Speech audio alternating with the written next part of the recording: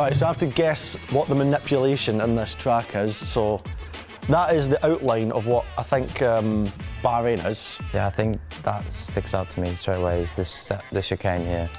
It's not really a chicane anymore, it's more like a wiggly worm. The chicane is not really like this. Here. Is it? Yeah, is it the S's? Yeah? Yes. There you go. So... Oh, now you got the answer. Oh, yeah. So, Turn 4 doesn't look like that. It is a lot sharper. or the changes here. Shows where the manipulation is on the picture too. You have to guess where it is. You can't see it. Ah, okay. Yeah. But now you know that one, okay? Yeah, I knew from before anyways. This turn 4, it does not go like this. The obvious one for me is, of course, the starting sector 2. Normally you have a straight, then you go into the chicane, but it's been edited, so am I correct? Yes, I am correct. We are in Jeddah at the moment, and Oh my God, that looks like a track from like the 1960s, you know, when they was racing on the highways and all the way back then. That looks crazy. Where even is the main straight here? Is it? Oh, here. Turn 1, because it looks like it's a right-hander instead of a left-hander, so. Turn 1 is not like this.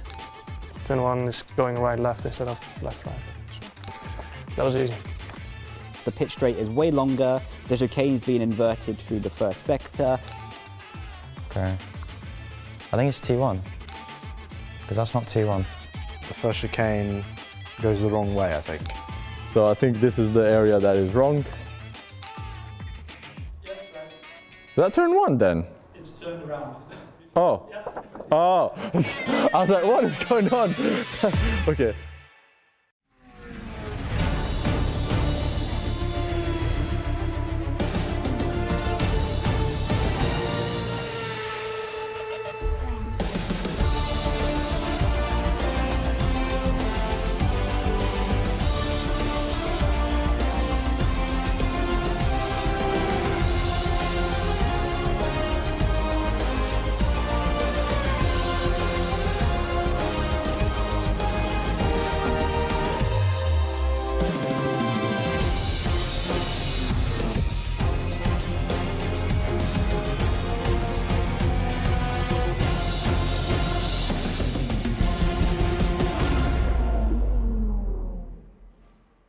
Good evening and welcome to the Formula One Sim Racing World Championship 2025. So glad you can join us tonight as we go racing around COTA.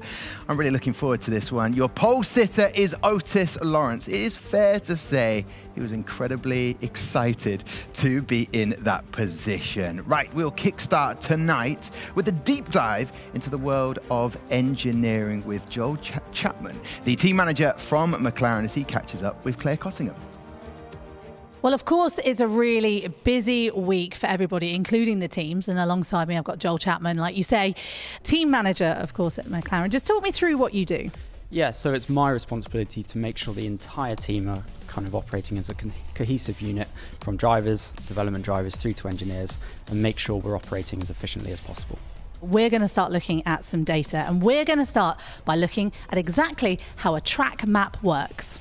So this, of course, is the Circuit of Americas. Joel, what is the most important thing we're looking at here?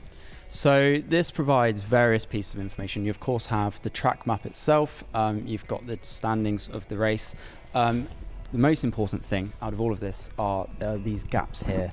At a glance, or very quickly, you can see if the gaps are closing or extending between your drivers and your opponent drivers. So you're always looking at how these gaps are changing, and the gaps are essentially reflected on the track map itself. Also, you can see the tyres that your drivers or any of the drivers are on, which is just crucial information. Essentially, as an engineer, if a car dives into the box, you want to see what tyres they're going to be coming out on. Paying attention to those gaps and how they're changing is so important.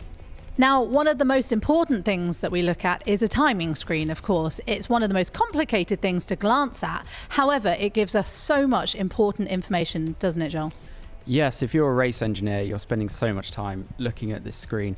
Not only do you have the overall gaps between your driver and your opponents, it's broken down into sectors, which is crucial, because if you're keeping an eye out when a car comes into box, and you're yet to box, you're going to be looking for whether that car is coming out in the sort of sector times they're setting, because that will allow you to calculate how quickly they may catch you. And from that, you can kind of devise how powerful a potential undercut might be and whether it's worth you diving in the lap following or kind of staying out and going long. So you're looking at this and you're also using the track map to see when your opponents are going into the pits. Colour coordinated too. Why are they purple? So when you're setting purple sectors or purple laps, it means you have set the fastest sector or lap of the race so far. So it effectively allows you at a glance to see when driver is pushing, when they're using a lot of their battery, or simply when they've come out on fresh tyres and they're able to just set really fast laps. Now, of course, we couldn't talk about racing without talking tyres. Now, this is 25 laps into a race. Joel, how important is a map like this? Yeah, this gives you a great view of how the race is sort of playing out. Essentially, if you've had a driver kind of come through the field and you want to know how fresh his tyres are, you can look at a glance and see, oh, they have 3 lap fresher, in this case hard tyres, than me. That might mean I'm under pressure. So this is a fantastic reference 25 laps into the race to show what lap each driver pitted on, whether the drivers around you have fresher or older tyres than you when you kind of have to either defend or attack. Joel, good luck for the rest of the event. Thank you so much for explaining that to us. Okay. Thanks, Claire. Thank you so much to Claire Cottingham to get that chat with Joel Chapman, the team manager of McLaren, just to assess everything, give us an understanding of that. An understanding that I've gathered from Event 2 is how much fun it is to work with you, Alex Jakes and Matt Gallagher. It has been so exciting. I don't know if you feel it. I feel mixed emotions coming into the last race of Event 2. In my head, I'm like, oh, I'm really excited for the race, but I know there's going to be such a gap once it's finished until we come back for Event 3. Well, we have to enjoy what we've got in front of us, all right? Stay strong, my friend. I will do. Stay strong. It's been an amazing event too. We've seen wet sessions all the way through the races, whether in qualifying or the actual race themselves, like we had in Zandvoort last time out. Is this going to be a dry one in Austin, and we're going to see the actual true pace for the first time in this event? Will it be an outlier? That's what we want to know. Matt, quali, I even alluded to it. Otis Lawrence celebrated so hard getting his pole position going into this race around COTA. Extraordinary stuff. And he had so much adrenaline. Do you think he might have calmed down a little bit now? Yes, it was great to see. I'm not going to say that it was anything but amazing to have him leaping around the studio whilst we were trying to finish the commentary in qualifying. A lot of good vibes coming out of that camp. Literally about 60 seconds ago, Duncan Hoffland and Otis Lawrence were joking around, crashing into each other in practice, and there's a lot of confidence exuding from that team, and especially Otis Lawrence loves pointing to the temple and showing he's got the mental strength, and that's what he showed in qualifying as well. He was on the back foot in Q1, had 1 lap to deliver, he did it. We were riding on board with him through that last sector. It was pretty close, lost a couple of tenths there in Q1. Fast forward to Q3, sets a personal best. Out of all the thousands of laps he's done, he popped that in and pops it on pole. Let's have a recap of quali. It was electric. Enjoy this.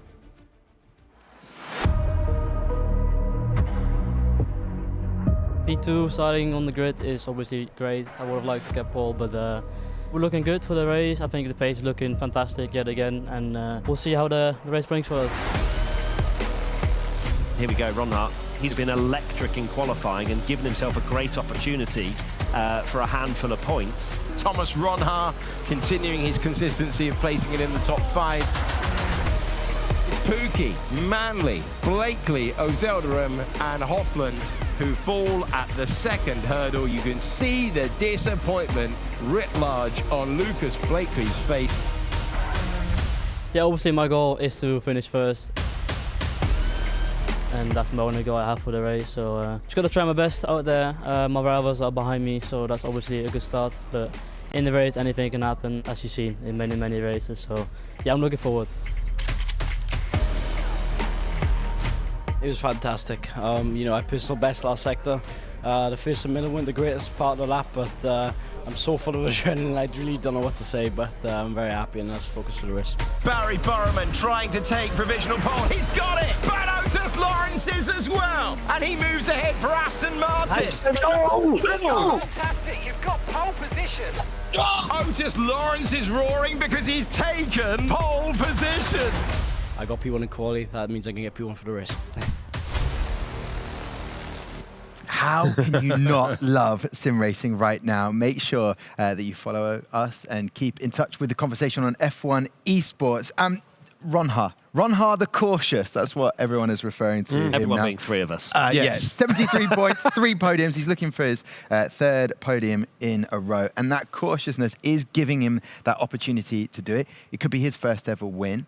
And also potentially for Otis Lawrence, because basically the old guard of Jarno Opmeer and Freddie Rasmussen, Brendan Lee back in 2018 are the people who have won round here. It would be an amazing thing for Thomas Ronha and really cement that place as trying to get his first ever championship. Yeah, a win today would be massive because it all sounds a bit medieval king, doesn't it, with Ronha? You had Ronha the aggressor in event 1, and now you've got Ronha the cautious. But when he switched that up at the end, if he does take the win today, he is going to be closing in on that championship lead, and he would have put 3 podium finishes back to back to back. So Ronha the aggressor, Ronha the cautious, and maybe Ronha the champion. Yeah, could be happening. There you go. Yeah. Beautiful. Matt, we see some of those former winners. We've had some incredible races around here. Maybe Jarno, maybe Freddie, and it'd be an amazing opportunity for Red Bull to put some more points in the constructor standings for both of them to get a third win around here. Yeah, a decent qualifying for Red Bull standards for both drivers. If you look at the championship this season as a whole, they're in the mix for sure. Jarno Opmeer probably left a little bit on the table. His Q2 time was right up there to be challenging for pole position in Q3. But he didn't manage to get as close as perhaps he would have wanted. But at the same time, pole doesn't really mean a huge amount in this series, as we've kind of learnt. Just being in that sort of top 7, top 8 gives you a chance to do something with the strategy. And I can't wait to get underway for the final race of this event. He didn't drive fast enough. That was Brendan Lee's words. We've put him alongside Freddie Rasmussen for a head-to-head. Let's see what he had to say. To beat Rasmussen in Texas, you have to play him at chess before. I know he likes playing chess, so you have to dominate him on the chessboard, get in his head, and then you'll be able to beat him on the track. And he's not alone because Brendan Lee chucking the kick F1 Esports car up the inside, and as they take the triple right-handers now, Brendan Lee committed as he now looks to try and take down the reigning F1 sim racing champion. Last year on Kota, I think I had a good qualifying, and then I just stayed in P2 the whole race, I think, and then overtook on the last lap. Down now towards turn 12, the Great Dane ushers in the overspeed working for him. Very Burman knows he's in trouble. Rasmussen's got him, he leads. Freddie, to be honest, is such a complete driver. I think the best chance to overtake Freddie is at the end of the back straight, and to really use your ERS and the overtake button, plus with the DRS combination, get side by side with him. And typically with Freddie, it's easier to go up the inside of him than it is around the outside of him. One powerful Great Dane who on this day, the final day of event 2, is going to round the final corner. It's a magical number 3. To beat Brandon on Kota, I need to have a good qualifying because it's hard to overtake, and then I need to finish ahead of him in the race with a good strategy. Can you tell anything about your strategy? No. Freddie Rasmussen and Brendan Lee. As you can see Brendan Lee in your picture now. Not the event 2 he wanted, had some rig issues, shaft problem, also not being able to be fast enough in quali, but he knows what he has to do. And Freddie Rasmussen, your winner around Silverstone, and bring in a bit of banter, which we don't often see from Freddie Rasmussen. Hoping the best for him today. McLaren, I want to just talk about them for a second, because Please do. Lucas Blakely has not been his event. Your winner in 2022. It must be very frustrating for him. They were your championship team there with Wilson Hughes, the third driver, aka the GOAT. Lucas Blakely. You can't. It doesn't make any sense. Can't roll quali into the race without any context there. But, okay. Anyway, so Lucas Blakely posted an upside down emoji. That's how he feels right now. Now's the time to sort of get a bit of a result for him, to give him that boost to go into event 3. Yeah, massively needs a result, trying to play himself into contention again. He had that points finish, but it's been a tough time for him, really, and it's never nice to see with former champions not being able to compete at the front. But at the moment, he's not missing much, but he's missing some time out there, and it's costing him. Okay, starting in P10 will be Alfie Butcher, your winner around Spa. Matt, in terms of tyre strategy to try and maximise the amount of points he could possibly get from this, maybe get a podium, tyre strategy is going to be so important for him. Marcel Kiefer's probably put this together. Marcel Kiefer, it's a shame from graphics department because I wanted to see what Matt was going to say. Well, the thing is, right, Marcel, I went with his suggestion once, and then 19 drivers went on the wrong tyre compared to what he had suggested. So, medium or hards, it says right there. Spa. Yeah, it's a long time ago. A long time ago. But for Alfie Butcher, you mentioned he's off the back of a Q3 session where he invalidated, so he starts P10, which is not good for him. But it's still in a position that he can do something. Of course, the mediums or the hards, it's not a huge discrepancy between the two of them. Of course, you want to try and go on the attack towards the end of the race. We see that so many times. The undercut not really working probably since Australia, I think, with Danny Beresnay. That's true.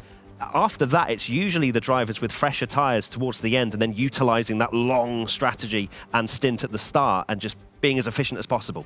I don't know why I feel so emotional, but I'm really looking forward to this. The goats of the commentary desk, Alex Jakes, Matt Gallagher, really enjoy this one around COTA. It's a terrific throw, Tom. Appreciate it. Everyone's Appreciate goats, it, sir. Apparently, everyone. Here we go. Let's see whether we get a race to match. It is one of our favourites. Austin, well, just outside actual Austin. And a wonderful racetrack with bits borrowed from around the world. You stick it all together, 20 turns, final one named for the great Mario Andretti. And this is where we're going to get a defining race in the championship. Who finishes event 2 strong? Who is able to take the opportunity and win the race? We're going to find out in a few moments' time. Joni Tourmala's at the back. Next up is Joris Krozen. They're on the back row of the grid. Then it's Brendan Lee from 18th. Next up is Josh Edu. Not an easy qualifying for the Alpines. Next up is Thomas Gau, and then it's Duncan Hoffland. Matt's going to tell you the next row. Am I? Oh my goodness me, I was trying to look at the weather. It's Zilderman in 14th alongside Lucas Blakely, ex-F1 Esports champion, of course, in 13th. And then Tom Manley in 12th. And Alex is going to tell you 11th onwards. Thank you very much. We go to Q3 and we find out who made the top 10 shootout, including Alfie Butcher in 10th place, Alvaro Carreton for Williams in 9th. Danny Beresnay finds himself in 8th place, returning to the cockpit today. Jarno Opmeer in 7th. He was disappointed with his second run. And Nicolas Longuet, he said top 6 around COTA, fine. He is confident for the race. Ismail Fassi found his best lap at the end of the session. He'd been on the back foot, nearly knocked out in Q1. He starts P5. Our winner last year was Freddie Rasmussen. He denied the man who's alongside him on the grid. That's Barry Burrowman, half a second across the line for victory for Freddie Rasmussen 1 year ago. Your front row is Thomas Ronhaar in 2nd place, and he's already had a win earlier this year, but for the first time in the Sim Racing Championship, starting on pole position, is Otis Lawrence. We now go to our weatherman, Matt Gallagher. Yeah, you've asked for the weather, Alex. I'm still waiting for it to load, my Never friend. mind. Never mind. We tried. I was looking at it then. It's important to try. Sometimes it doesn't work. This is a crucial race for the championship standings. At the moment, Ismail Fassi is top of the pile. Thomas Ronhaar, driver on the front row of the field, is in 2nd place. Can he get there? You've then got Jarno Opmeer. He's in the mix as well. Here come the lights. 3, 4, 5 red lights at COTA.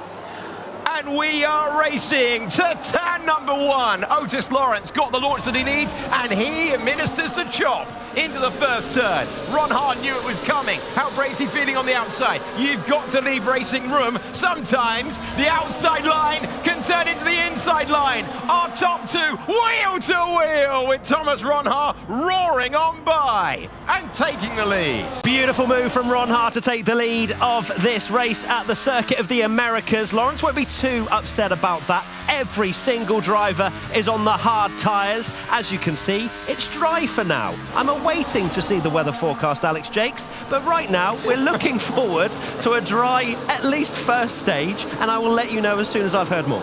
Okay, down to place goes Lawrence, and then you tick all the way down to Alvaro Carreton, who's demoted Danny Beresne down to 9th place. Pookie has gained a position. Driver he passed was Alfie Butcher, and then Brendan Lee made a couple of places, at least he did for a second. El Zeldarim trying to get him back. Let's see what happens into the braking zone. You're looking for the black and green car, and El Zeldarim keeps the position. We go back to the front of the field. Thomas Ronha searching for a win for the first time this year. The best he has scored all season is second in China when he went on to the last lap of the race in a thrilling battle with Jarno Opmeer, who was able to pick his braking, deploy his energy and keep ahead. That's the closest he's got to a win all year long. I've spoken to the weathermen on the ground, and it's not going to be wet, according to their calculations, which means we are looking forward to a dry race around this wonderful circuit. DRS will be enabled shortly, and I just have a good feeling about this one, Alex. At the end of event 2, the drivers want to finish this event on a high, but they can't all do that. It's absolutely true. There's the overcast conditions that we've got. The track temperature at 32, 23 degrees ambient, and the rain will stay away for one round of event 2, and it allows the drivers to start thinking about the strategy.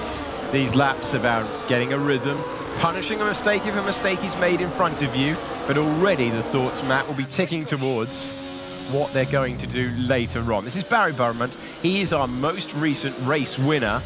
He's our only multiple winner of the year. He triumphed in Bahrain, and he triumphed last time out in the Netherlands in wet conditions and a thrilling drive to hold off our championship leader. If this is the first time you've ever watched the F1 Sim Racing World Championship, the first few laps might well be polite. Okay, this is how they settle into the race, but I can promise you, elbows will be thrown, and many of them. Of course, as you can see there, by the time intervals between the drivers, every single one of them will be within DRS of each other. No damage to report either out there, which is really important for these drivers to settle into this one, the last race, as we say, of event number 2. We are well past the halfway distance now of this championship. We've had many opportunities for drivers to take a lead in this driver's standings, but none of them have taken the opportunity. Will this be the time that Ronha leaps to the front? Well, he's leading this one at the moment. Yeah, he is indeed, and chasing his first win of the year.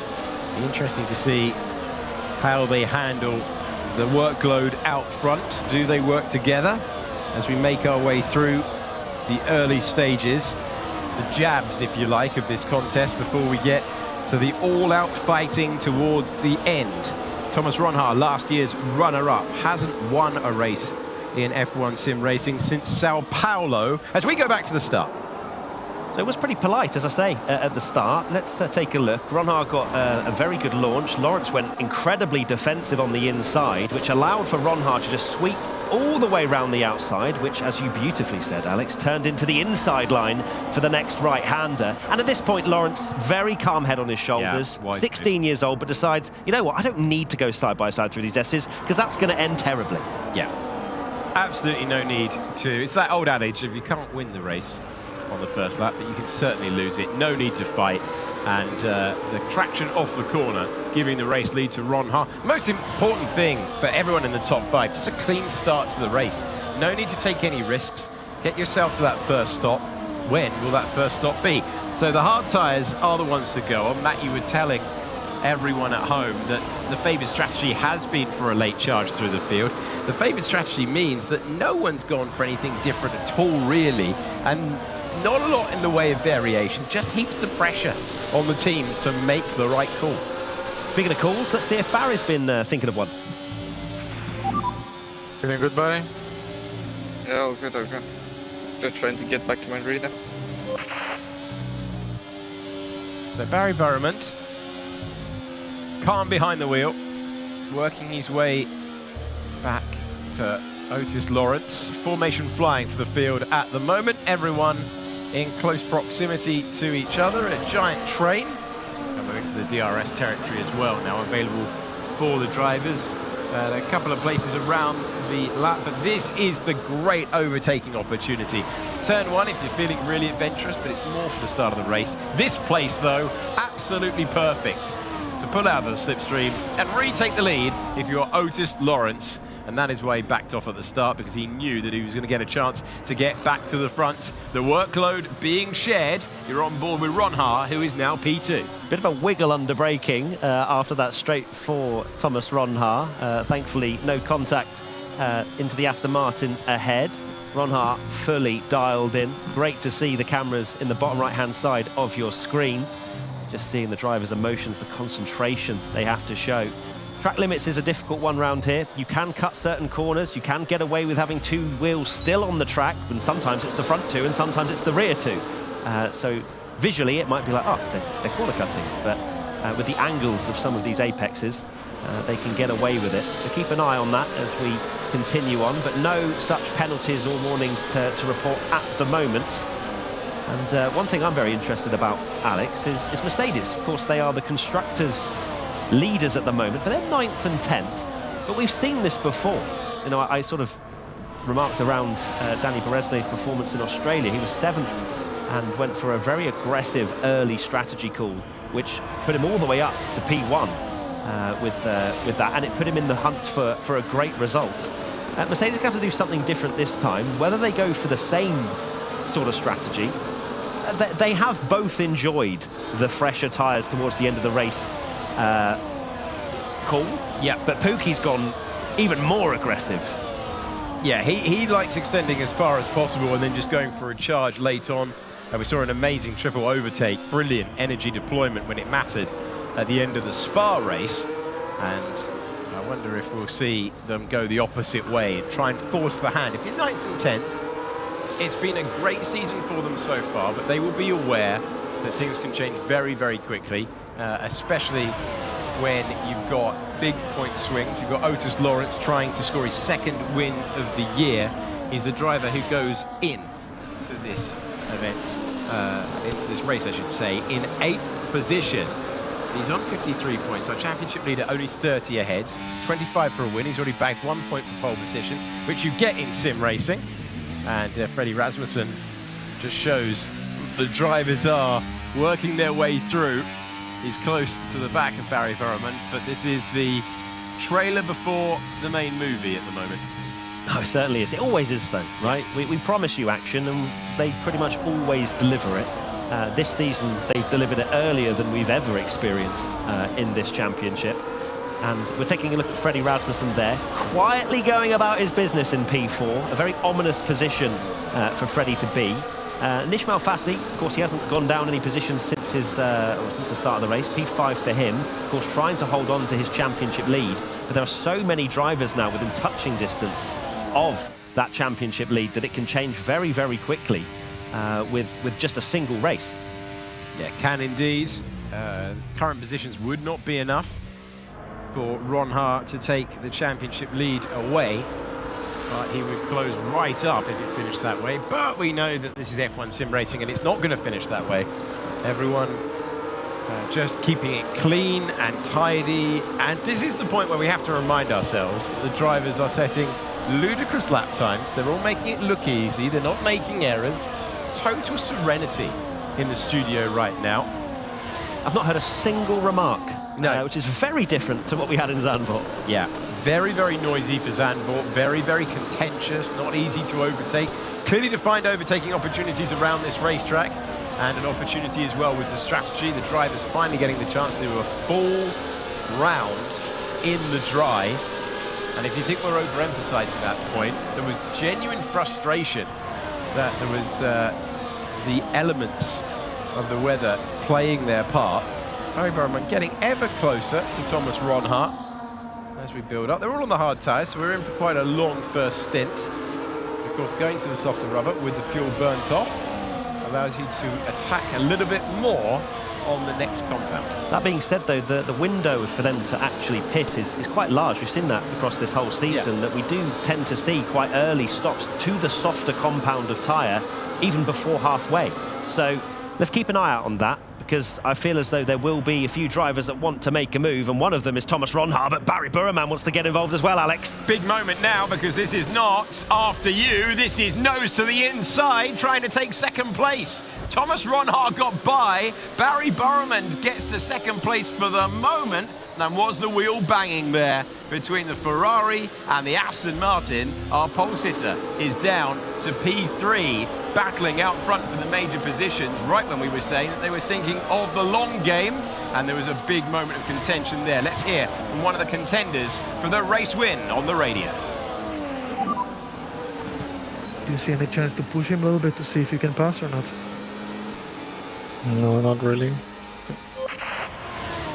So, straight answer. You always get one of those from Freddie Rasmussen. He won't leave you guessing, but at the exact moment he was being told that is the exact moment that Ronhaar went and made a move for the lead, and Barry Burman was able to scurry by as well. Important moment. You can sometimes swap around. You never want to go from first to third. That was not part of the plan. And I think you put it amazingly there, Alex, in the sense of they make it look easy. They make it look like they're happy with the position that they are in the train. They're not. They're just looking for a window of opportunity, because they're all so closely matched. And Otis Lawrence now just needs to reset himself. Third position is by no means the end of the world. If he can get back through on Barry Burman, that might well be the position he wants. He's quite close, actually, now in the slipstream of the Ferrari as we head down the straight. Yeah, just looking over my shoulder at what he was checking. He was checking where Freddie Rasmussen was. An awful lot down that straight. So he's just trying to stem the lost positions, getting very close to the Ferrari ahead. Let's go to the other Ferrari right now. This is Nicolas Longuet, and he finds himself, he was really fine with P6, wasn't he? He was happy with that. Driver who's gone through a little bit of heartbreak, sometimes a bit of bad luck so far this year, being consoled by his teammate yesterday, but in a good position. No rain to ruin things today as we go through pesky turn 19, where these brilliantly talented drivers, just for one corner, start to look human, and then it goes back to the magnificent driving. Yeah, it's the only corner where there is a slight bit of, there is a sausage curb on the inside there. Have to be careful of the track limits on the exit as well. But yes, they're trying to jostle up this train as much as they possibly can. We're not seeing a huge amount of moves at the moment, but we're starting to now enter the territory where, well, we heard with Freddie Rasmussen, if you can move up the train, please do, because they're thinking about the pit stop window. They're trying to calculate a million different things, as are the drivers whilst driving these incredible machines. And yeah, I'm fascinated to see who will be the first to blink and whether they want to take the pain of ailing tyres towards the end of the race. So if you're out of the points, is this the moment to try and get a bit punchy?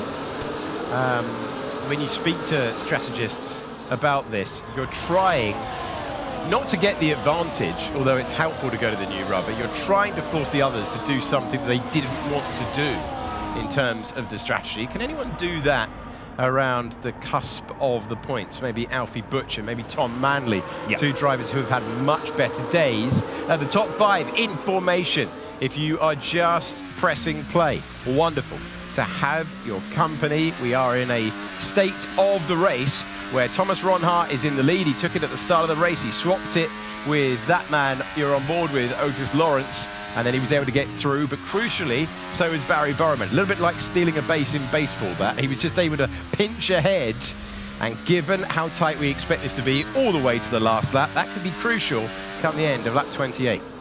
Otis very much in his mirrors out the final corner, making sure that Freddie Rasmussen doesn't shape for a move into turn number 1. You can brake so late, of course, with it being uphill.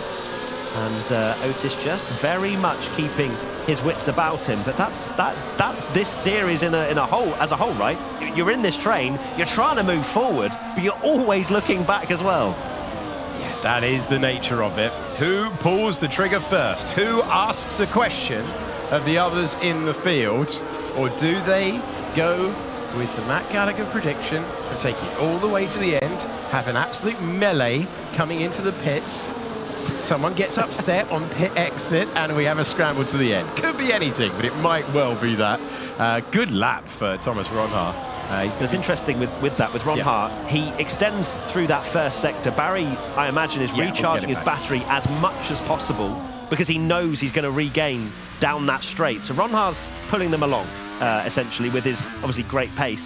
Barry very wisely using his battery and redeployment and recharging very, very efficiently. And you can see that graphic when we go to the onboards. You can see what the driver has available to them with that real-time data. I will point it out to you the next time we go back on board, but you're a bright lot. You've already clocked that many a time. And we're sweeping through, having a look at the wonderful turn 19, trying to get as wide as possible onto the curb. Don't want to go off. Of course, track penalties can build up if you corner cut too much. As the Kick Sauber leads the Ferrari, leads the Aston Martin, leads our reigning champion from last year, leads our points leader from this year as it stands. It's quite a top 5 at the moment. Last year's runner-up is the race leader, trying to claim his first victory of the season, trying to make himself the favourite, trying, he will hope, to just get that win. And don't worry about what Fassi is doing, but just close down that points gap heading in to the final event of the year. If you needed proof that they are in some ways in conservation mode, Fassi just hit 100% battery energy, which shows he is very much awaiting the melee that you were suggesting. And I think they all are. They're preparing their armoury for when it really matters, when the pit stops come. As we've got a change again, I believe, for the lead, but this time it's Barry Burmand. Yeah, Barry Burmand hits the front, takes P1, but as you say, his energy conservation means that Thomas Ronhaar wasn't going to allow that to happen for too long. Ronhaar would have been aware of the gap, would have seen it go up to 0.7 of a second, would have seen that DRS haul him in.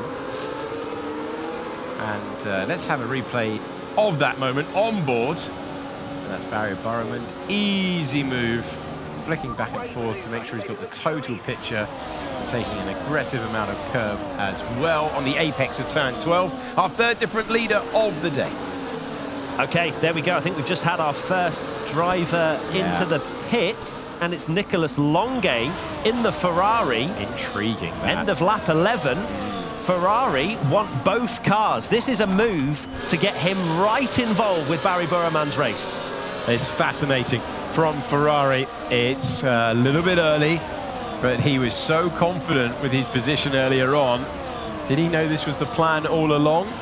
It's a driver who wouldn't go for something just for the sake of it, given the season that he's had. He'd want a conceivable strategy. He's going to get a terrific chance here. This is not to provoke the others to try and cover him off. Ferrari confidently going first.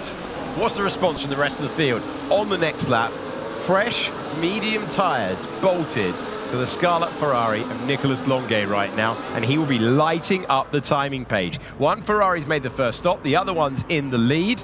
The team that were the Constructors' champions of last year, trying to get both cars to the front in 2025. So this makes perfect sense from a Ferrari perspective. They want Longuet in with Barry Burmand. They've proved time and time again that they can work so beautifully together. And if they can just get that track position for both of them to work together, they can defend themselves together. So this is going to be interesting who comes into the pits this next lap. I'm fully expecting some of the drivers to, as we are into the last sector. Who decides to join Nicolas Longuet on the Undercut Express? Well, darting in the background, Freddie Rasmussen fancies a piece of it. And Barry Burmand as well darted in, made that late move. We didn't see that full frame, but he's made that late move in. Freddie Rasmussen as well. So Ferrari going for Longuet first, and then Barry Burmand coming in. And Freddie Rasmussen has got out. He's currently behind. We're waiting to see the times on pit exit. Longuet gets past Rasmussen. Longuet gets past Barry Burmand. Barry Burmand's final sector looked awfully slow. It looked very, very slow there on his in-lap. The complete opposite of what you would normally do. And Ferrari have stopped both cars. Longuet ahead of Barry Burmand for the moment, but crucially out ahead of Freddie Rasmussen, who pitted at the same time. And this is a great situation for Ferrari to be in. How long do the others extend the stint? This is exactly the same thing we've seen in many of the races in terms of whether you want to get the pain, or the gain, sorry, now, like the Ferraris and Freddie Rasmussen are taking, or later on in the race. No surprise to see both the Mercedes still out there. Jarno Opmeer, of course, loves this strategy too. So we're going to get a lot of overtaking. So you know how we keep promising you that it's simmering, it's coming. This is what happens, right? We don't have all of the drivers on the same strategy like we have had in this first stint. They've all got the same tyre life. That won't be the case when we head into the second half of this race. Ron Haar having a little waft to the pit lane. Am I going in? No, I'm not. As he peels back. So they're going to extend again. There's going to be a significant tyre offset. Alfie Butcher's come in, mirroring the Ferraris. So Freddie Rasmussen finds himself right behind Barry Burman. Nicolas Longuet leads that train, having gone to the tyre first. Fastest lap of the race, as you would expect, on that fresh medium tyre as well. Going to be a big offset between those currently out front to those who have the net race lead. This is really interesting now, because Longuet and Burman and Rasmussen are going to be in a 3-horse race for now. How well can they work together as a 3 to secure first, second and third? Yeah. I think that Longuet and Burman will be breathing a sigh of relief that it's Rasmussen with them, a man that has so much experience, so many wins. He knows exactly what the mission is here. So these 3, they're going to have to make this count. They're going to have a gargantuan lead once these drivers come into the pits, but it's can they hold on? It's a very good point about Rasmussen being there with the 2 Ferraris. We know Ferrari's going to work together. They're great mates, they're teammates, and they've been encouraging each other all the way through the season. Barry Burman's just gone past Nicolas Longuet further back. They'll be swapping over. There you go. There's the evidence of that as Barry Burman goes through for the time being. 0.3 of a second for the lead of the race. Otis Lawrence trying to win his 2nd race in his F1 sim racing career, as peeling in Jarno Opmeer comes in for his stop. Wow, Opmeer doesn't fancy it. Doesn't fancy the Opmeer strategy. That's a very good point. Yeah, that's a very it's good point. different. He never does that. Well, they must really feel that it's working, and they want to get him part of the train. So is this a confident call? Ferrari going early with both cars. Sauber staying out there. Aston staying out there. Championship leader is now up to 3rd. You're on board with Freddie Rasmussen. Getting very, very racy into turn 1. Just to give you an idea of how quickly these 3 cars are going, they're 5.5 seconds off the back of the train. Yeah. So they are flying out there. They are, but if they carry on at this pace, rapid pace that it is, and the others stay out there, and you know, they're going to be praying that they're going to come into the pits by then. They will have to make some moves. Yeah, they're going to have to make some moves, and they're obviously going to have a massive tyre advantage. But there are certain parts of this track where even if you have a massive tyre advantage, there's nothing you can do. That's very, very tight between Lawrence and Ron Haar, and they're side by side, wheel to wheel, into the switchback section. They're fighting at the moment. You don't want to be fighting. Sounds ridiculous, doesn't it? You don't want to be fighting. Every single time that you force a compromised lap between the pair of them, and they are on a compromised lap because of that moment, you are allowing the Ferraris into play. This suggests a pit stop for Ron Haar as we now have more battling. Rasmussen getting ahead of Nicolas Longuet. Can he make it stick? Huge speed. Got to be careful here. The race is on the line. Into turn 19. Stand back from your screen. Ah, he got it. He got it. What a brave move into one of the hardest corners of the racetrack. Meanwhile, coming into the pits, a key moment. We've got Otis Lawrence has come in, and Ron Haar as well. Yeah, Ron Haar has gone in as well. That was a great move for our reigning champ. It really was. So Freddie wants to be in between the 2 Ferraris. The reason why we saw battles with Ron Haar and Lawrence was exactly that. They were coming into the pits that lap, so they wanted track position. It didn't make sense to battle too much, but of course, if it's your in-lap, then you want to get that because you know you're going to come out into the pack. Ron Haar's 17th at the moment. Lawrence is 18th. Barry Burman, our net race leader, is up in 11th. But yeah, Rasmussen fighting there because he knows the Ferraris are going to work together so well. He doesn't want to finish 3rd, Rasmussen, especially with where he currently is in the driver's standings. So it's a wise decision from Freddie, so he can get himself in the mix. Danny Bresnay, Svan Pukki working together, swapping over as they go. Yeah, I suppose there's nothing you can do to avoid a battle if you've got the DRS. You can't just sit in the wheel tracks because everyone's so close to each other. But that's a compromised in-lap when both Ron Haar and Otis Lawrence, and it is still Ron Haar ahead of Otis Lawrence, need efficiency to cruise up to the back of those who stopped earlier on. And looking at the gap now, Barry Burman finding himself 2.7 seconds away from Joni Tormela. So the point I was making was basically, if you catch a slower car at the wrong part of the racetrack, like the sweepers at the start of the lap, you're going to be on their pace until you get to the hairpin. So it's not as simple as slam dunk overtakes, even when you've got such a massive difference in time. Ismail Fassi has come in from what was the race lead. He'd stayed out a very long time. Barry Burman now finds himself 2 seconds away. He's getting very, very close to catching Joni Tormela, who is still yet to pit, along with Crozen and Pookie. And once again, Pookie's going for the mega first stint, and he's just going to try and fly through at the end like he did in Spa. It's going to be pretty much perfect, I think, for Burman. He's lapping around a second faster a lap than Joni Tormela, and it has to be the lap for these three that haven't stopped yet, surely, to come into the pits to go onto medium tyres. We've got some team radio for you. The race pace is not cooking. This pace is not cooking. No. That is the... Well, if you go long, you need a rapid pace. Danny Bresnay saying it's not there. Does anyone have more pace than the Ferraris? Does anyone have... Nice move. Keep going. Does anyone have more pace than Danny Bresnay? They didn't qualify brilliantly. They've not looked like they've been in the same form as earlier races. Yeah, Bresnay, so he didn't like the pace, and he said, OK, Fassi, I'm going to take the lead of this train. So moves himself up to P13 for now, does Danny Bresnay. But of course, there's a variety of tyre life out there at the moment, and this is not going to be the order that we finish. As yes, the final three have come into the pits now, and Barry Burman retakes the lead. But keep an eye on those gaps. Otmir's got slightly fresher tyres than the three ahead of him, but he's 2.4 seconds back. Doesn't have the use of DRS and slipstream to help him along his way.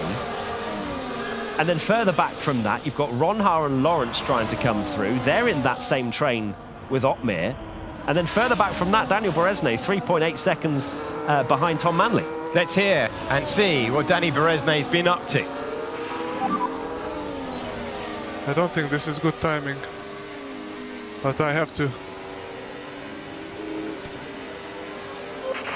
So he knows the pace that he needs, and he knows that tactically you don't want to be leading the train. Change of lead. Change of race lead. Freddie Rasmussen's got by. The pace is fading from those who stopped earlier on, and the Red Bull driver has passed both Ferraris to lead the race that he won last year. Oh, very interesting from Freddie. He wants to lead the way. But as you said earlier, sometimes you're close enough with DRS, you need to pass them anyway. Otherwise, you'll come under threat from the driver behind. So Freddie Rasmussen leads the way. Thomas Ronha is up to P5. Yeah, Butcher's got a penalty that he's currently holding on to. Remember, in-game penalties can sometimes be removed. We do have independent stewards that will review everything. So we'll have to take that one with a pinch of salt. But Ronha making some good progress now. And it's Otmir versus Ronha for P4. Here we go. Don't have history. This is going to be interesting. It always is between these two. One Red Bull out front in the lead, the other one in fourth position. Good pace from Thomas Ronha.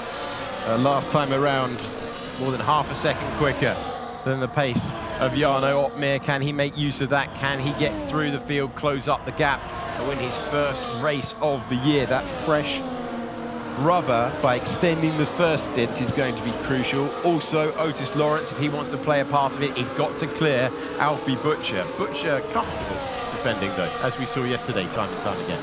So right now, Ronha is absolutely in the prime position. He's got much fresher tyres than Rasmussen, Burman and Longay ahead, and he's about to pass Otmir as Burman takes the lead as well. So Barry Burman into the lead, and there you can see in fourth position, Thomas Ronha is able to get past Jarno Otmir, and Ronha stuck to his guns, didn't panic when Ferrari took the net race lead by going earlier on, but have they been playing it tactically? Have they got plenty left in the tank. The one thing Ferrari would want to do is have track position right now. Sauber trying to win their first race of the season. The 4-lap fresher tyres for Ronha is what I've calculated on this lovely little tyre chart that we've got. And that is a huge advantage with a handful of laps to go. There's a decent amount of time, as we see a replay there of a couple of different position changes. It's Ferrari, Red Bull, Ferrari, and then you have Thomas Ronha in the Kick Sauber in P4. But Ronha will be feeling very good indeed in the cockpit right now. P4, and the top three needed a bigger gap than what they have. Yeah, you could see that when Freddie Rasmussen was giving them the hurry up, that he wasn't happy with the pace that was going on. We speculated whether they would work together, and in the end Rasmussen felt that he had to go past both of them. Is there anything in the locker for Longuet, Rasmussen or Barry Burrament? Oh, look how visibly he closes under braking. Thomas Ronha, who started this event saying he was P nowhere in both qualifying and the race, is about to be P3 on the right tyres at the right time. It's a move for third. It's a move for the lead. Freddie Rasmussen back out front. He goes past Barry Burrament, but the danger man is Thomas Ronha. Really good progress from Ronha. Longuet just doesn't defend. He knows that he's not going to be able to keep Ronha at bay. There's a move! Otis Lawrence getting very, very close with Jarno Opmeer, and Opmeer stays ahead for the time being. But this is crucial as well. The driver, is that moment where Barry Burrament got by going to cost him? It's been fine margins out of the pits. He got out just behind Alfie Butcher's McLaren, and now Jarno Opmeer is the driver ahead. Otis Lawrence and Thomas Ronha stopped on the same lap. Opmeer trying to get past Longuet, Lawrence trying to get past Opmeer. So Lawrence needs to make the same progress that Ronha is having if he wants to win this race. They're on the same tyre life as Thomas and Otis, but Lawrence is down in 6th at the moment. He needs to dispatch of Jarno quickly because Ronha is going to be all over the back of Burremand, I would imagine, down this next straight. Well poised on lap 21 of 28. Looks for all the world like Ronha should hit the front, but can Otis Lawrence clear the cars to make it a two-car battle out front? Once again, Thomas Ronha is almost pushing them through, and Freddie Rasmussen knows the deal, trying to break the toe on the long straight down to turn 12. Thomas Ronha desperate to try and go past both of them, doesn't know which way to go.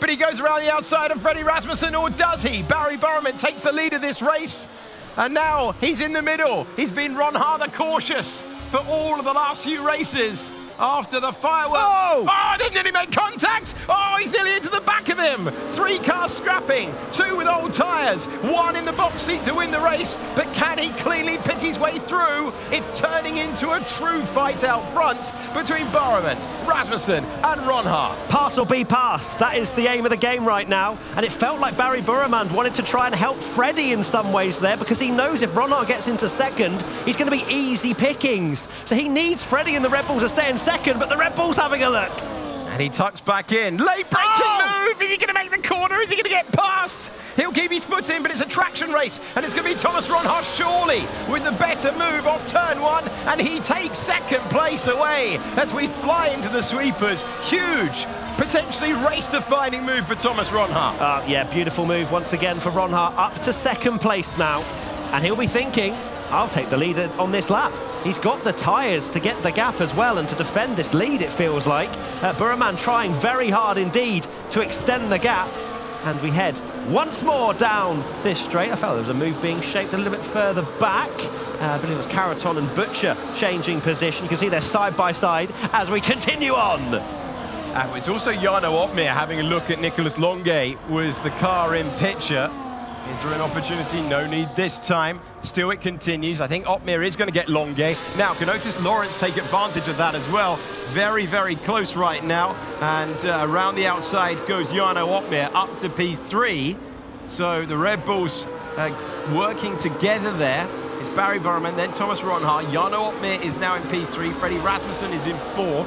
Otis Lawrence started battling Alvaro Carreton, he was not able to follow Otmir through, and that could cost him a chance at a podium, because you can have the tyres, but you've got to make use of them. Thomas Ronhaar in a great position to win, but you never know what's going to happen in F1 sim racing.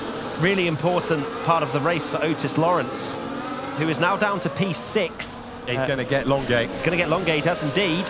P5 now on the timing screens. Has he cleared him? He has indeed. So that's what he needed. He needs to start moving forward. He can't start fighting Alvaro Carreton, who's in 7th place at the moment with slightly older medium tyres. You knew when Jarno Otmir turned down his usual typical late charge strategy and came in very early doors for this former champion, that it was going to be the right strategy. You knew he would not abandon his favourite shots unless there was good reason. He's in the mix here now. Barry Burriman hanging on. Oh, that's a late send and a half for Alvaro Carreton. Williams with a late send. Yesterday and today, it didn't work. This is for the win. This is for the lead. Thomas Ronhaar takes P1 at the second of the Americas, and he's in a great position to win his first race of the championship. He was the runner-up last year. He hasn't won since back in Sao Paulo. He's got a great chance here in Austin. Very measured from Thomas Ronhaar. Goes to the head of the field. Otis Lawrence crucially fighting Rasmussen in the background, I believe. They are side by side as we head through the triple right-hander. I think Rasmussen has continued on. He has indeed. Yes, and he's still got the position in 4th place. So Otis Lawrence trying to find a move. Had the tyre life. Has the chance to cycle through and take a podium here. But the bold call of Ferrari to bring in Longay first, then Barry Burriman, Freddie Rasmussen liked the strategy as well.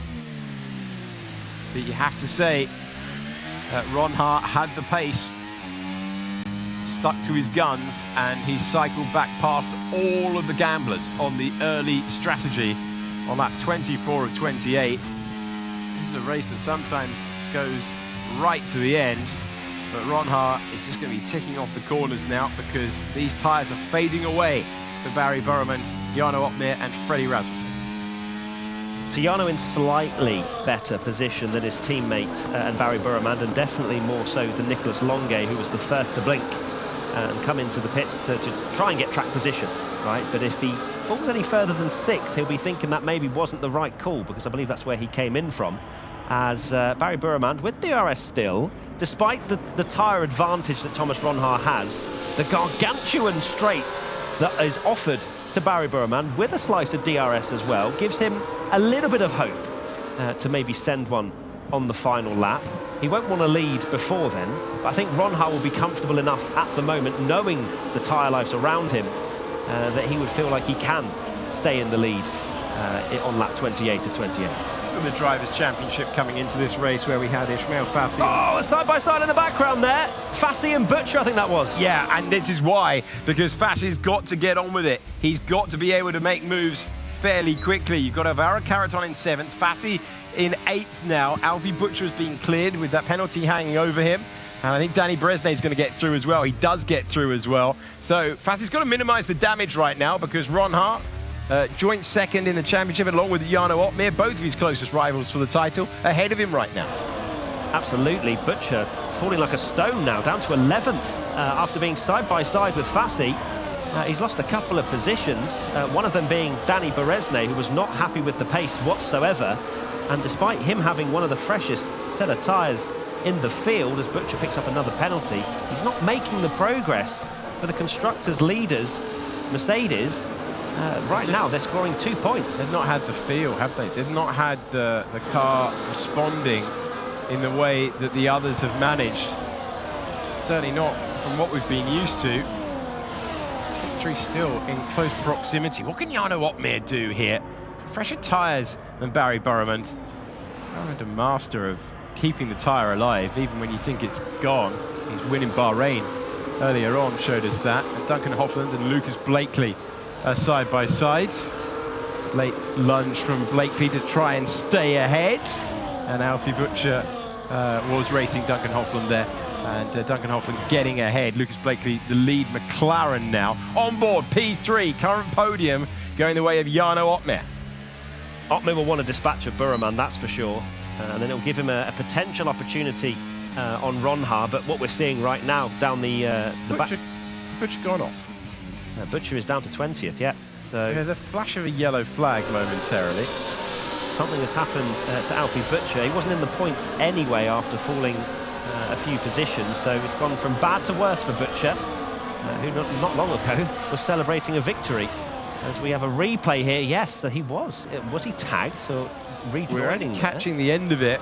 He was in close proximity with Hofland and behind his teammate as well, but turn 19, sending him to the back. He's got the penalties, multiple penalties hanging over him, but yeah, the moment there, just putting the lid on a tough day for him behind the wheel. Lap 26 of 28 right now. So Longuet's pace has fallen off a cliff, sadly. He's actually lost DRS to the top 5 and a position to Caraton as well. So Longuet's decision to join the undercut crew, as we have a move there. Ismail Fassi now going past Longuet. The undercut just hasn't worked. It has for Barry right now, and it's secured him a pretty decent result. Same for Rasmussen, but Longuet hasn't been able to hold on to those tyres. 1 lap older, of course, than Burremand and Rasmussen. But Longuet, yeah, these are points that Ferrari absolutely need. Yeah, they really do.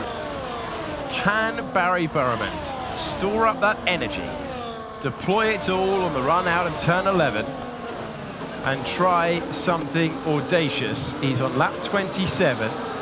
The gap goes up in this first part of the lap, but he's able to stay within DRS. The fact that he's even got a chance here is mighty impressive. Got much older tyres. Certainly is. Penultimate lap of the race now, and my feeling is Ronha has saved, if he possibly could, 101% battery, to be honest with you. I think he's saving as much as he possibly can going into that final lap, and we're not seeing that from a visual perspective down the straight the last few laps, but let's see. We're riding on board with Ronha. Look at that. He's got all the energy and more. 90-odd%. He knows exactly what's coming. The onslaught on lap 28. But Barry Burremand's not got the tyres, I don't think. If anything, I think he's going to be looking behind at Jarno Opmeer on this final lap. As beautiful camera work to just turn to Jarno Opmeer like that, who does have slightly fresher tyres. It is definitely a 3-horse race. Freddie Rasmussen has the same tyres as Barry. I'm not sure he'll be able to do much, and he won't want to. It's his teammate ahead of him. But can Jarno move forward?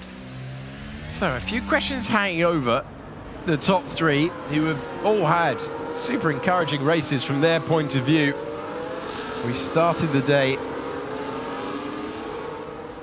with Otis Lawrence at the front. Is currently in 5th place. I wonder what might have been. The Williams have swapped over, as you would expect.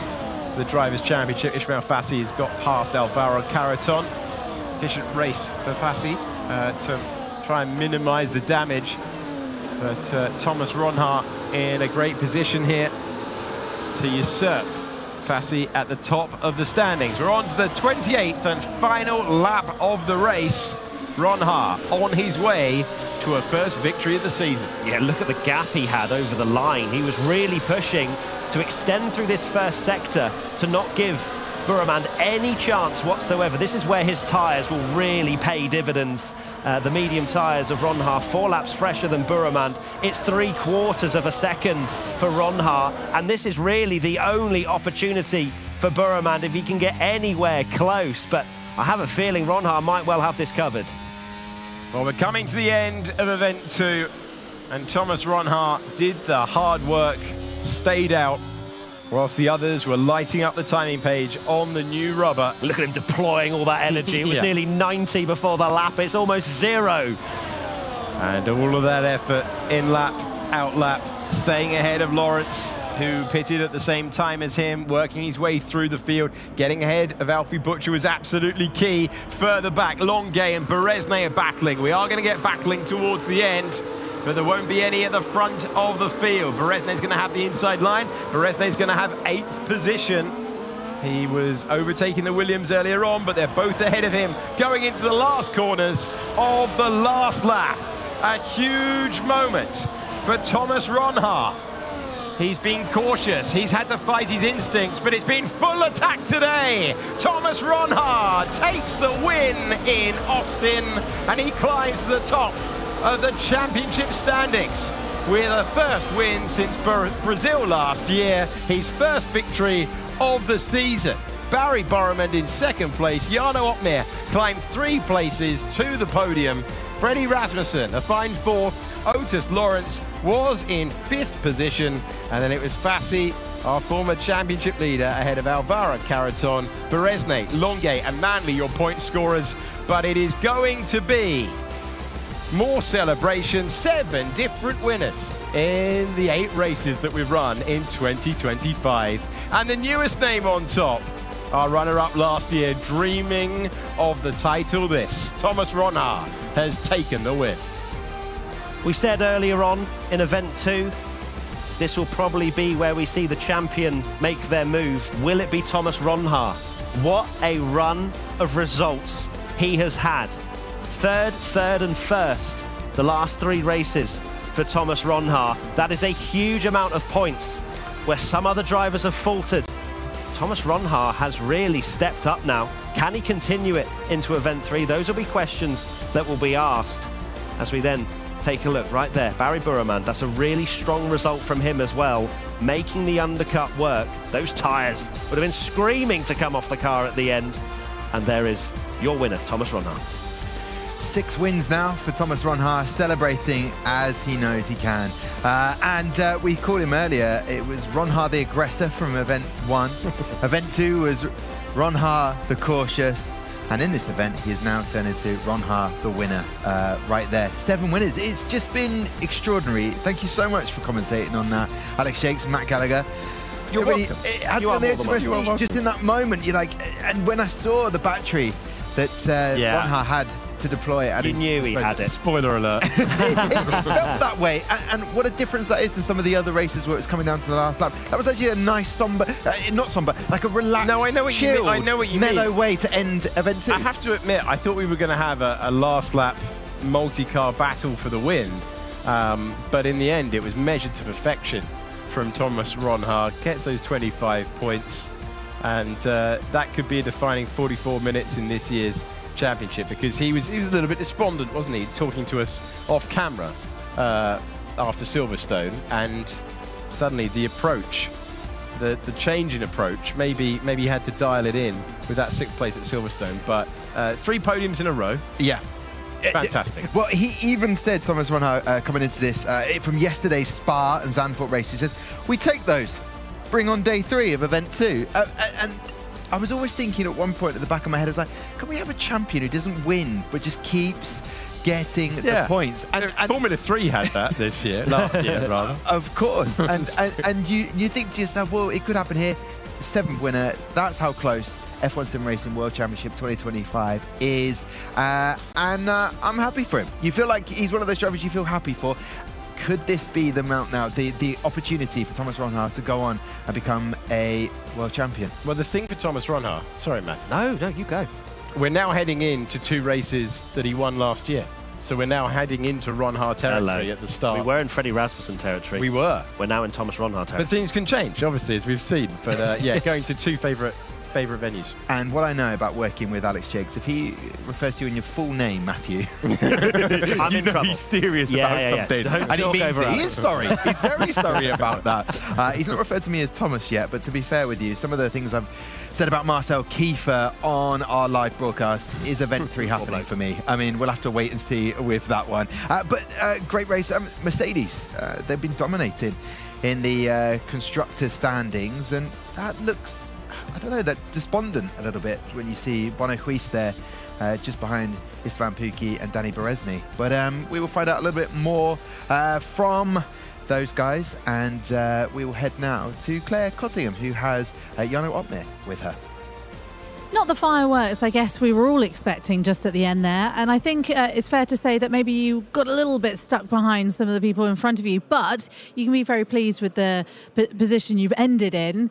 I'm going to have to say, talk me through that race, because it's been hard to unpick everybody.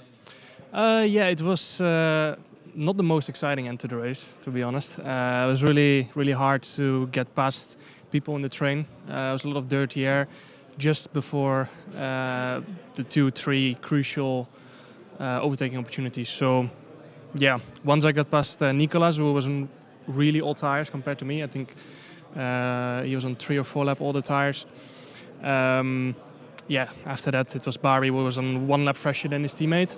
And that just made a difference. That just made a difference. I couldn't get past. It's like 1 or 2 tenths. But if you're struggling so much in dirty air, it's that's the difference.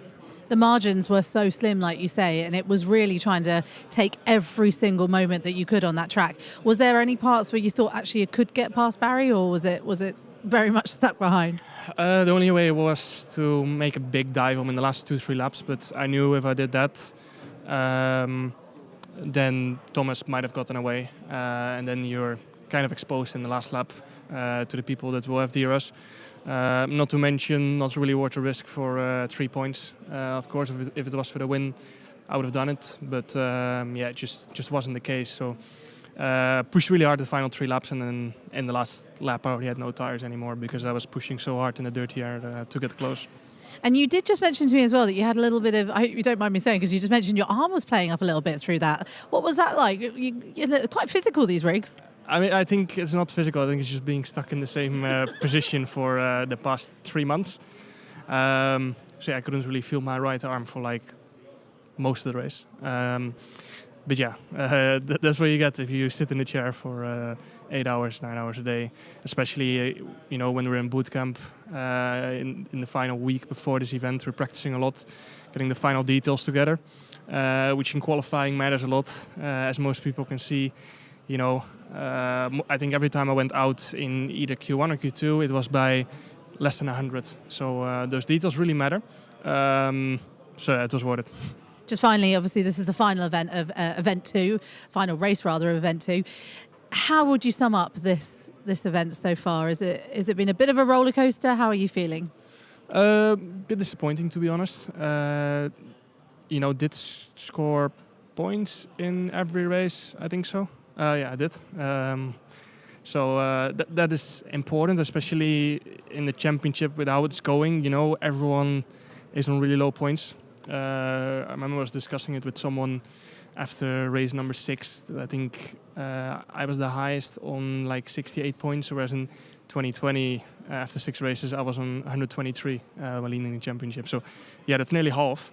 And it's just because from one track to the other, you don't know if you're going to be fast. I think from one track to the other, people are struggling to get the feeling for the game. I heard a lot of people struggle with that. And yeah, it's the same for us. As you can see, in Q2 I was P1 by 1.5 tenths. But then you just don't quite get the feeling right on your final Q3 lap, and then suddenly you're P7, 800s behind P1. So. Well, it's still podium for the final race of the event. I'm going to let you go off now and see if you can get your arm woken up again. Congratulations. Thank you. Thank you. Thank you, Jarno. Let's bring Barry in. Mr. Borreman, hello. How are we doing? That was a bit of a frustrating one for you, wasn't it? Yeah, I mean, I would take it considering I think we judged the pit stop and the strategy a little bit too wrong. But luckily, I think the pace was amazing. I feel bad for my teammate because obviously in this strategy, already 12 that I pitted was too early, and then he pitted 11, and it was just a disaster. We need to regroup and analyze what went wrong. But nonetheless, I finished P2, still super happy with the results. Started P3, gained a position. Congrats to Thomas as well. Amazing driver, amazing drive. Super happy for him. I think he deserved that win, probably so much as well. But yeah, in general, I think I would take P2 out of this race, that we messed up the strategy a bit, but I think the pace was amazing. But yeah, I mean, overall, a really ups and down season. But I mean, at least we ended up this event, last 2 races, I got a win and pole position, and I finished P2. So there is something that I'm looking forward to keep this, and hopefully I can keep this momentum. And we don't know what's going to happen at the end of the championship. We really don't. We've talked a lot about how open this championship is at the moment. We will speak to Thomas Ronhaar in a moment to get his thoughts on obviously winning. But I just want to touch on the fact that it has been a tricky season so far for you guys, and to end on a win and a second place for yourself, that you must have a little bit of a monkey off your back, breathing clean air. I feel that you're still a bit disheartened, but it is a good position to be in. No, obviously, as I said, I'm happy with P2. You don't know even if you would do the best strategy in the race, what's going to happen, what would happen, because basically P1, P2 is really, you just can't judge it. You might win, you might become second. But yeah, nonetheless, as I said, I'm happy with P2. Just feel a little bit bad for my teammate. Had a really tough luck this season. But we know how fast he is. We know how talented, how amazing he is. We saw in Zandvoort, absolute championship drive by him. And that's one of the reasons why he is a champ. And again, we're just gonna regroup after this event to see what went wrong. Obviously, in the first 2 races, we scored really less points. But we just, as I said, I don't know what to tell. We just need to analyze it and see what went wrong and what was our, weakness, what was our good thing. We just need to analyze it and figure out what we can do. And just finally, we go on to event 3 next at the end of March.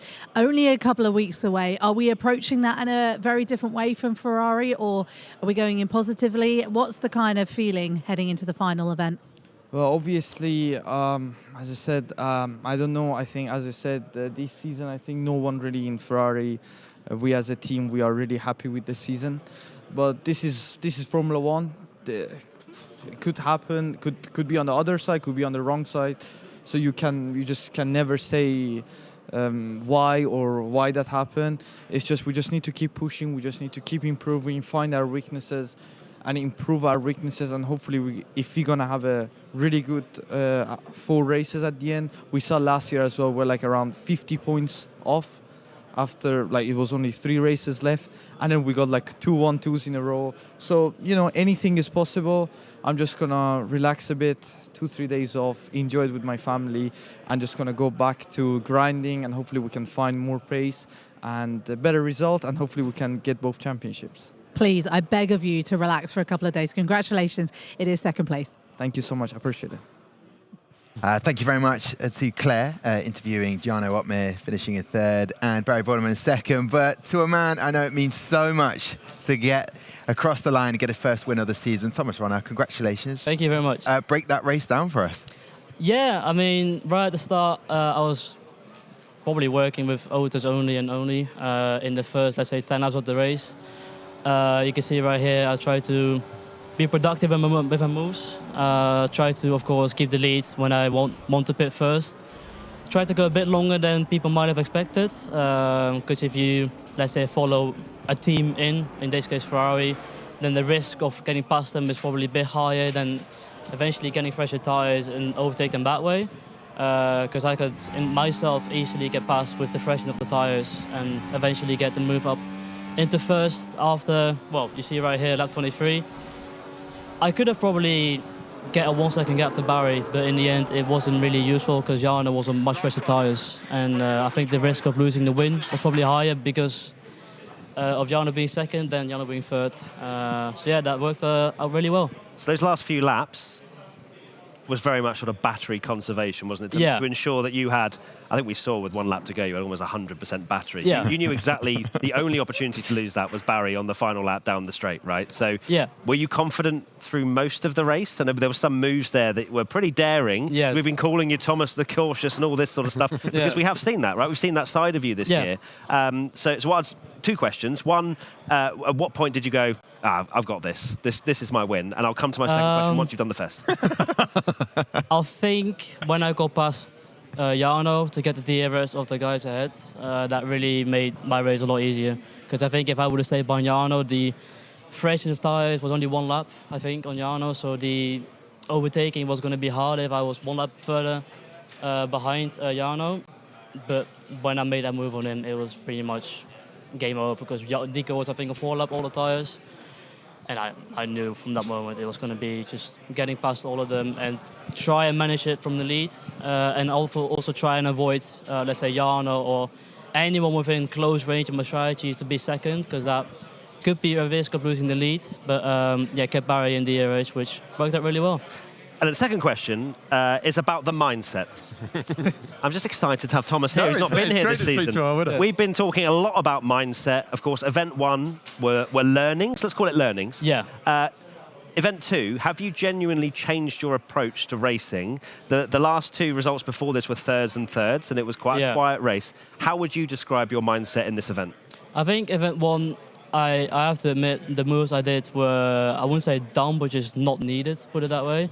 I did learn a lot with the way I had to drive a race and take some points instead of actually risking it for the bigger sort of points. But yeah, today I did have to get my elbows out on a different strategy and get some risky moves, especially on like 30 turn 1. You saw if that went wrong, then my race would have been over. But yeah, I think the way I drive, I haven't changed. It's just the way I make my overtakes a bit more relaxed. I think it works really well for me. You must be delighted to calibrate that and to actually pull it off. Last time we spoke to you on the desk was actually off air, just here after Silverstone.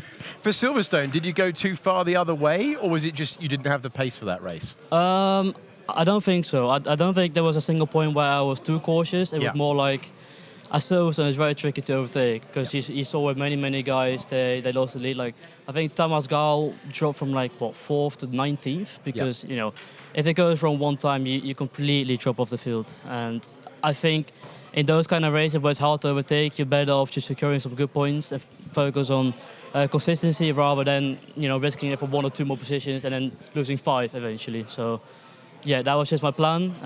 But on tracks like this, it's a bit easier to overtake, a bit more risk because there's a lot more open on Kota than it is on Silverstone. Yeah. So, yeah, that was it pretty much. Thomas Ronhard, lots of fans will be watching and have watched your career from the moment you started with Haas, was online. We saw you in your bedroom racing, picking up wins. Everyone like, who is this rookie? Yeah. You're so close now in leading the Drivers' Championship. Did you feel that little bit of pressure? Because as Jake said on the commentary, your last win was back in Brazil. Has there been a little bit of pressure? Like, I just need to get that win just to feel I can breathe again a little bit.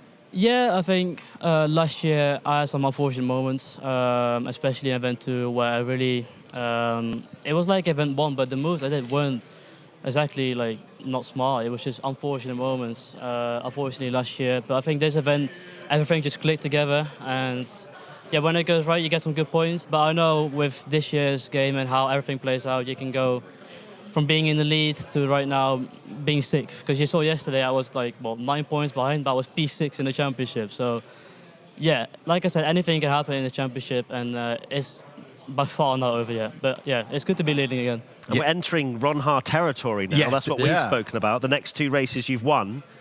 So how does that feel, knowing that you've got a bit of history there?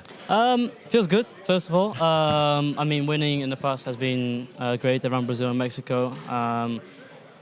It's been the same guys, Freddy again today and Barry. They're always up there. So, like I said, if something goes bad, then they could be winning the race. But I think, exactly like last year, I think the way I approached the race was just perfect. And I think the strategy is also a very, very important key, which obviously worked really well today for me. Yeah, I think I'm really, really confident for the coming tracks, and yeah, can't wait to get started.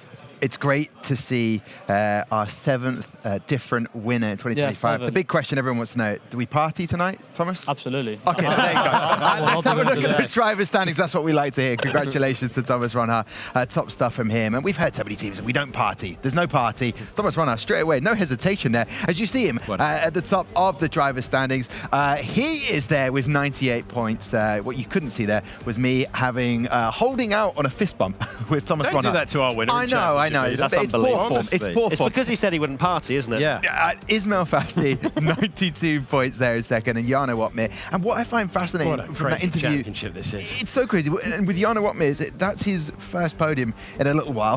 I thought it'd be bigger margins than that. How is it still this close? It's so beautifully poised. Do you know what I blame? The point for pole position. No, I don't. It's obviously not. But it is incredible. Like, 2 drivers there, Danny Beresny and Otis Lawrence, both on 64 points. This is going to go down to the wire, gentlemen, of Event 3 in a month's time.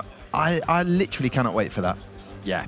So well poised, wonderfully set up, and bring it on, because you could still get someone bolt through, take back-to-back wins, and, you haven't spoken that much about them across this event, and they've still got a chance.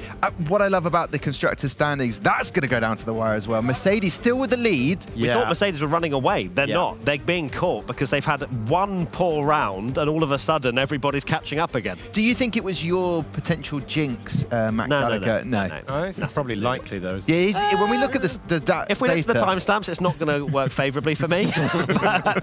It's all good. They'll bounce back. Actually, I shouldn't say that. They're going to be neutral. Let's have a look at the tyre usage throughout that quite sensational race around Kota. It was so good to watch. It didn't have that flurry at the end, but what it did have was a measured driver, wanted that first win of the season, and he delivered. What do we make from that, Matt?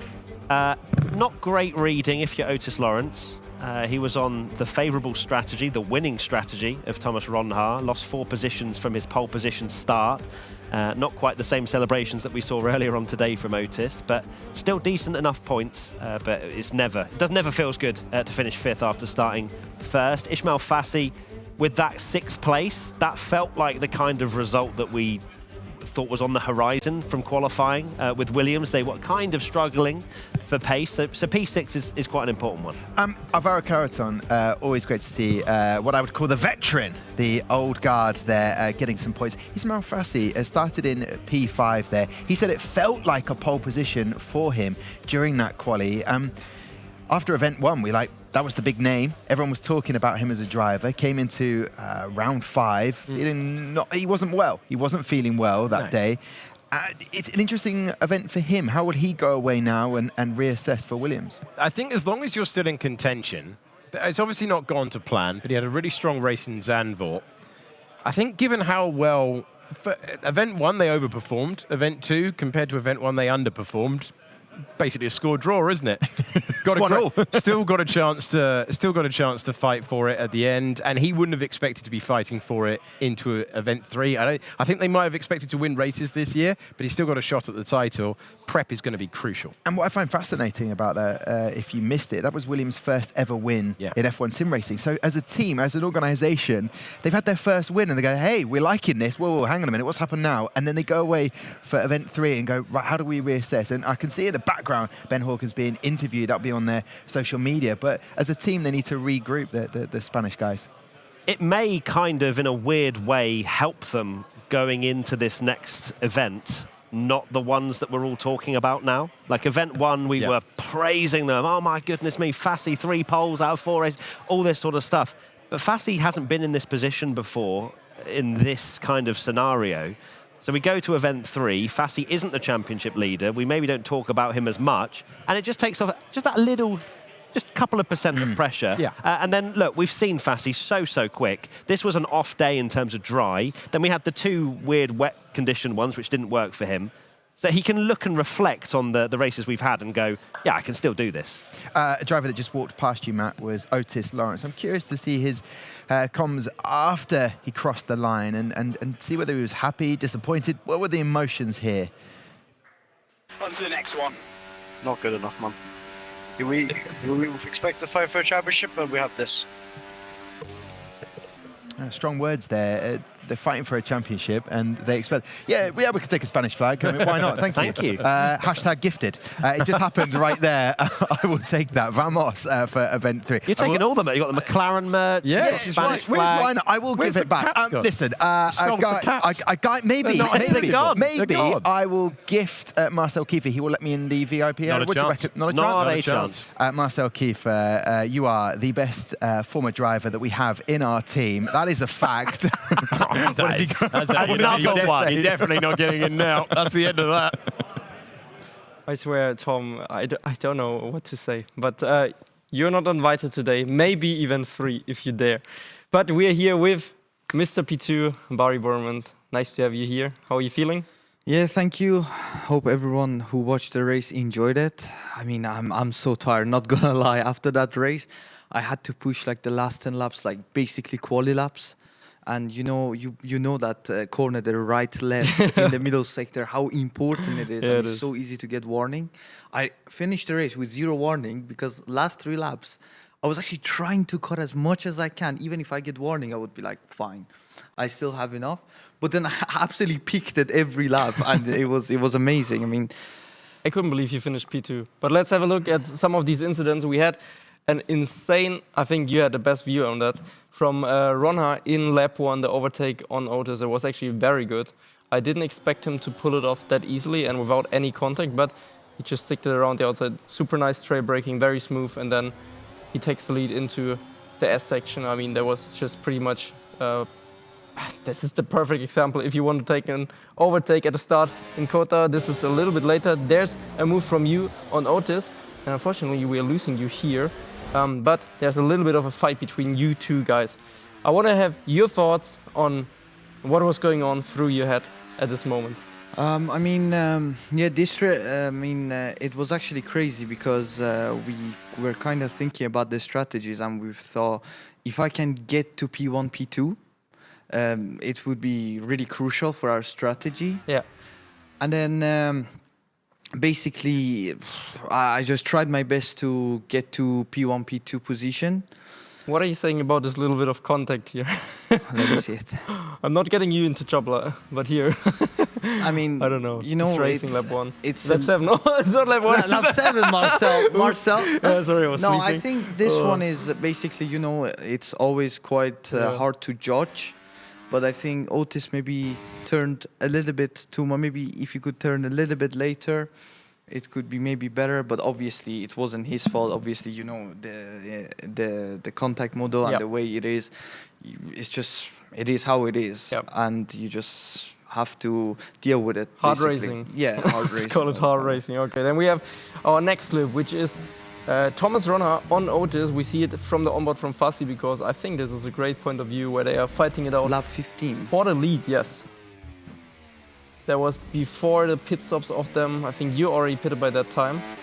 And they had a big advantage, let's say, on you guys with the tire. Kota, it's big. Great battle, perfect racing right here. Then we have a big stand from Freddy on your teammate Nico, but I think that was all fair and square. There was not much going on. You could argue on the exit, maybe he didn't leave him too much space, but to be fair, he's still on the white line. It's fine. Like I think there was. I think it was really on the edge. That was like perfect within the rules. Yeah. And we have also the onboard from Nico, so you can also see that he was still within the track limits. I mean, I don't think he got a warning from that. So, yeah, that's perfect. That's literally perfect. Yeah. We have another bit of chaos. Actually, this race was way more quiet than Sanford, but that was big. I mean, I don't know if I didn't see anything flying there, but Alfie's race turned from somewhat decent to probably a nightmare for him after how good this event went for him. But Thomas just says, thank you very much. Hey, Thomas, take it. Thomas just took it. And gains 1 position. Then we have another one from Alfie. I don't know what was going on. This was not his race. I don't think he wanted to be remembered of that, but there was at least a sick drift. He just locked the rears, I believe. And Otis is also just sliding through with that. Pretty sick, but not the most efficient way of driving these F1 cars. And then we have you guys battling it out. In lap 21, I was already thinking, okay, this is going to continue like this until the end. It was actually mad. Yeah, Thomas had just so much fresher tires. So I was like, let's play with Freddy because, you know, if I could have Freddy behind me, I had more chance to even winning the race and he can defend from me. And here, if you can see, I go even right-hand side and give Freddy space. If you would have switched back, both of you, yeah, that would be you would have probably been like, okay, I'm going to retire right now. Then we have also, this was a great, look, this is what I always mean. Like, there's no other guy aside from him and Isma, but he has perfected these overtakes. He did a couple of mistakes. He said also even one was not intentional. He made a couple of errors there. But look at this. I mean, high risk, high reward, I guess. He's braking so late, and then suddenly the wheel flick. That is how he slows the car down. And he's braking so late. That was such a great move. I mean, if you look at it, it's just ridiculous. I mean, I told Thomas straight away after the race, he's just incredible. He's amazing. Always pleasure to share a track with him. Yep. And I mean, he's just amazing. Nothing to say. Love the respect. Then we have another overtake on your teammate. He couldn't do anything. Just so much better tire.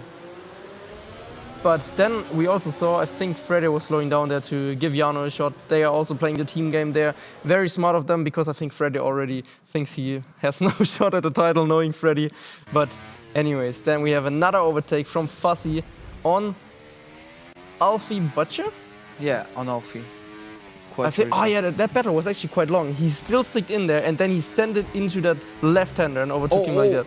There was a bit of contact, but I don't think it caused the overtake. What would you say? Like, knowing how this game works, knowing how you guys drive and race with each other? I mean, I don't think Isma did anything wrong, to be honest. And Alfie didn't do anything wrong. It's just unfortunate, to be fair. So, Isma did everything wrong. Alfie did. I said didn't do anything wrong. Oh, sorry. And Alfie did it. Okay, sorry. No, I basically call it.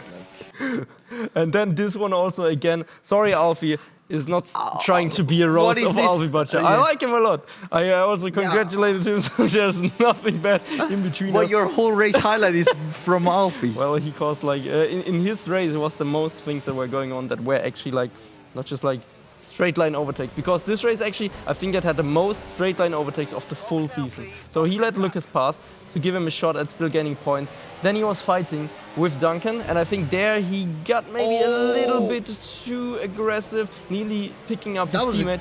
Duncan is still there. Unfortunately, we didn't have his onboard. Then Duncan is like, no, I will not take that. I will also be aggressive. And another car is slipping through, which is Isfan Puki, and suddenly he gets tagged by the rear tire of Isfan Puki and spins out. Yep, he still caught it, but that was pretty much why he finished. I didn't know that race had that much chaos. Yeah, but then that's why we are here. So, Barry, I want to thank you very much, and I'm looking forward to seeing you on my flight tomorrow. So, yeah, thank you, Marcel. Yeah, I'm sharing flight with him. And with him. And now it's back to you guys. Love that. That's how we're going to end the show. I'm just going to point at you. There's J-Dog, Alfie Butcher's dad, who's out of here. Bubble Wrap is gone. That's what's happening now. If you thought this was a professional show, this is not. It is. It is. It is. But now it's the fun stage. There's of a all lot the of drivers. executive producers watching, Tom. It is. Yeah, very. I have thoroughly enjoyed Event 2. Driver. I thought you were going to do a disclaimer. It is an entirely professional show and always has been. The point you were making is that everyone's relaxing now. The energy level's like a little bit more chilled. How fraught was it during Zandvoort? I was worried that you could pick up the swearing from the drivers on this mic. That's how antsy it was behind us. But it shows how much it means to these drivers, and now they get to sort of all the stress of 4 races in 3 days comes to an end.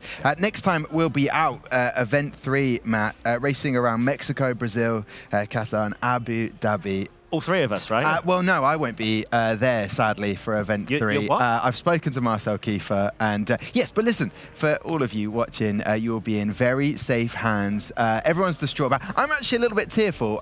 Been here since the first day with you, Matt Gallagher, and it's an absolute pleasure to be on this desk and to see all of these drivers put their heart and soul into it. Blood, sweat and tears. I cannot wait to see our next crowned champion of 2025. Alex Jakes, out of Event 2, who would be the driver to pick out that you've been most impressed by? Well, I know the presenter I've been most impressed by. Get out of here. It's either Claire Cottingham or Marcel Kiefer, yes. Tom Deacon's at the wheel, everybody, and it's been an absolute pleasure. You've got to say Thomas Ronhaar. We were waiting for someone to step forward, and he has done that. He's given himself an opportunity. He's given himself the championship lead with those races to go. But can he deal with the pressure? He doesn't want another runner-up on his CV. You just don't know who's going to find something, though, into the final event. It's been brilliant to watch wonderful races again.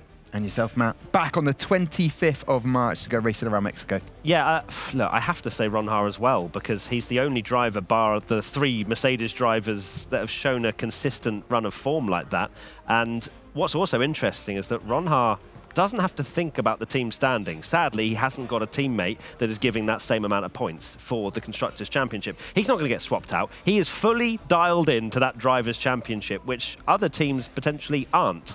So, look, I can't wait for it. Event 3 is going to be mega. Obviously, without you, I will be crushed, and it will not feel the same. But listen, I will just jump in there to say, listen, the team for putting this whole event on, amazing work from them. To you guys for watching, to all of the teams and the drivers, thank you so much. We will see you on the 25th of March. I don't have the Central European times for that, but I'm sure they're exactly the same. It's been an absolute pleasure. We'll see you in Event 3. We love you, Tom.